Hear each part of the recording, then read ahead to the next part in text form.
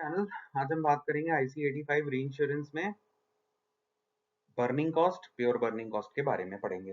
अब burning cost क्या होता है भाई? देखो, जो हमारी एक्सेस ऑफ लॉस ट्रीटीज बनती हैं उसमें बर्निंग कॉस्ट हमारा बेसिस होता है प्रीमियम रेटिंग करने के लिए। प्रीमियम रेटिंग मतलब प्रीमियम रेट को डिसाइड करने के लिए। तो इस केस में हमारा जो पहले साल की ट्रीटी होती है उसमें हम हिस्टोरिकल एक्सपीरियंसेस ले लेते हैं। ठीक है, हिस्टोरिकल एक्सपीरियंसेस ले लेते हैं। अब हिस्टोरिकल एक्सपीरियंस लेने के बाद हम डिसाइड कैसे करेंगे? देखिए, बर्निंग कॉस्ट और प्योर बर्निंग कॉस्ट हम डिसाइड कैसे करेंगे कि भाई प्रीमियम कितना लेना है। इसके लिए हमारा एक फॉर्मूला होता है जिसमें रीइंश्योर्ड कहता है कि मैं मिनिमम रेट जो रीइंश्योर्ड को देना है वो, और मैक्सिमम रेट जो रीइंश्योरर चार्ज करेगा वो, इसके बीच की एक रेंज बना देते हैं। अब अगर हमारा जो क्लेम्स है वो हमारा मिनिमम जो हमने सोच रखा है, क्लेम्स एक्सपीरियंस जो हमने ट्रीटी में साइन किया है उससे कम रहता है, तो रीइंश्योरर क्या करेगा? वो बोलेगा भाई तुम मिनिमम रेट दे दो। ठीक है, रीइंश्योर्ड को बोलेगा कि यू जस्ट पे दी मिनिमम रेट। और अगर उसका क्लेम एक्सपीरियंस एडवर्स रहता है और क्लेम्स जो हैं हमने जो सोच रखा था उससे ज्यादा आते हैं, तब मैक्सिमम रेट जो ले सकता है रीइंश्योरर, एक लिमिट डिसाइड होती है कि अगर क्लेम एक्सपीरियंस हमारा ज्यादा होगा तो हम मैक्सिमम रेट जो कि रीइंश्योरर कोट करेगा वो देंगे, और अगर हमारा क्लेम्स एक्सपीरियंस फेवरेबल रहता है तो मिनिमम रेट जो रीइंश्योर्ड को पे करना है वो लेंगे। ठीक है, आइए एक एक करके समझते हैं इसके बारे में कि बर्निंग कॉस्ट क्या होती है। देखिए, प्योर बर्निंग कॉस्ट क्या होती है पहले ये समझते हैं। प्योर बर्निंग कॉस्ट कहने का मतलब, सपोज एक कंपनी है ए, उसने रीइंश्योरेंस लिया, मतलब उसने पॉलिसी होल्डर एक्स से कुछ प्रीमियम लिया। अब उस प्रीमियम को लेके उसने क्या किया? उसने बी से रीइंश्योरेंस करा लिया उसका, और बी को उसने मान लो 10,000 रुपए दिए। ये समझिएगा, 10,000 रुपीज उसने क्या किया? उसने बी को री इंश्योरेंस प्रीमियम दिया। अब जब in the event of claim अगर जो री इंश्योरेंस कंपनी है वो एग्जैक्टली 10,000 रुपीज क्लेम्स में हिस्सेदारी दे देती है, तो क्या कर रही है वो? जितना प्रीमियम उसको मिला था वो पूरा का पूरा प्रीमियम उसने वापस कर दिया। अगर ये हमारा एक्सपीरियंस बराबर रहता है, ठीक है, जितना प्रीमियम उसने लिया उतना ही क्लेम उसने वापस किया, then that premium rating is called as pure burning cost. ठीक है, उसको हम बोलेंगे प्योर बर्निंग कॉस्ट। अब अगर मैं एक्स से जो प्रीमियम लाने के लिए खर्चा कर रहा हूं, एक्विजिशन कॉस्ट ले रहा हूं, ठीक है, कस्टमर लाने के लिए मैंने एक्विजिशन कॉस्ट लगाई, ठीक है, एक्सपेंसेस ऑफ मैनेजमेंट किए, लोगों को टूर पे भेजा, ठीक है, और अपने कुछ प्रॉफिट का हिस्सा रखा, रिजर्व रखा, और मैंने यहाँ मान लो कि 2,000 रुपए और इसमें खर्चा किया, तो दिस 2,000 प्लस 10,000, ठीक है, this administrative cost and the premium outgo, क्योंकि ये 2,000 तो आपने उसको दिए नहीं ना, बट ये आप अपने प्रीमियम आउटगो में इंक्लूड करेंगे, that administrative cost and the premium outgo. यहाँ पे क्या हो जाएगा केस? 12,000 रुपीज। अब 12,000 रुपीज हमारा एज अ लॉस, जब लॉस हो और री इंश्योरेंस पे कर दे, then that is called as burning cost. Now in simplistic terms, burning cost में हमारा क्या लोड रहता है?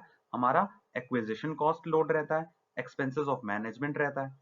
अब देखिए, इसका एक फॉर्मूला भी होता है, ठीक है, मैंने आपको जो बताया अभी। बर्निंग कॉस्ट और प्योर बर्निंग कॉस्ट कैसे निकलती है? देखिए, मिनिमम रेट हम री इंश्योर्ड से कब लेंगे? जब हमारा लॉस एक्सपोजर लेस देन दी, मतलब जो लॉस आ रहा है वो less than the expected loss है।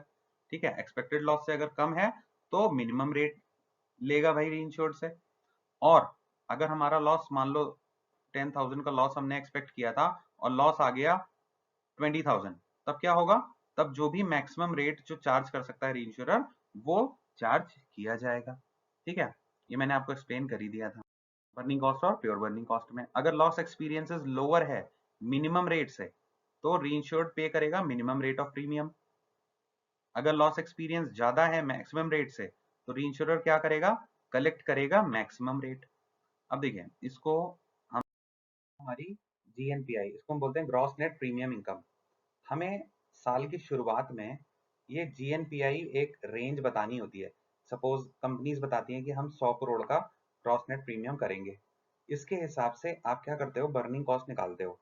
अब कंपनीज को ये चीज आपको मिनिमम बताना होता है कि मिनिमम हम इतना तो ले ही आएंगे।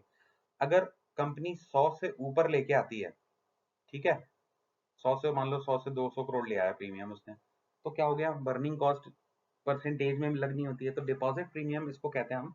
ठीक है, तो हम क्या करते हैं, हम इसमें ट्रीटी में ये पहले ही डिसाइड कर देते हैं कि मिनिमम हम कितना ग्रॉस नेट प्रीमियम इनकम लेके आने वाले हैं।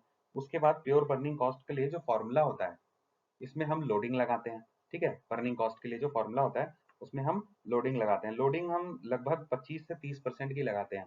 तो जो 25 से 30% की हम लोडिंग लगाते हैं, that is calculated as total losses upon GNPI. ठीक है, तो अब ये हमारी हो गई लॉस अपॉन जीएनपीआई। ठीक है, अब इनटू 100 अपॉन, अगर 30% की लोडिंग लगानी है तो 70, और अगर 25% की लगानी है तो 75। और ये जो लॉस है, ये हमारा जो लॉसेस हमने पे कर दिए और जो लॉसेस हमें पे करने हैं, यानी आउटस्टैंडिंग लॉसेस, इन दोनों का समेशन होता है। ठीक है, तो loss paid and outstanding losses divided by the gross net premium income into the loading factor. ठीक है, कि 30% लोडिंग है तो 70 से डिवाइड करना है, 100/70, और अगर हम 25% लोडिंग कर रहे हैं तो 100/75 करना है। अब देखो, इससे क्या होता है, हमारा जो एडजस्टमेंट है ना, वो होता है। एडजस्टमेंट कैसे, कि हम at the end of the year, treaty year, कैसे वर्क करेंगे, ये डिसाइड होता है। ठीक है, अब इसमें मेरी एक चीज और रह गई थी बताना, कि इसको हम परसेंटेज टर्म्स में डिनोट करते हैं। तो परसेंटेज टर्म्स में, सपोज मैं इसको रब कर देता हूँ। सपोज अगर हमारा कोई ईयर है, ठीक है, तो मैं एक एग्जांपल के थ्रू बता देता हूँ।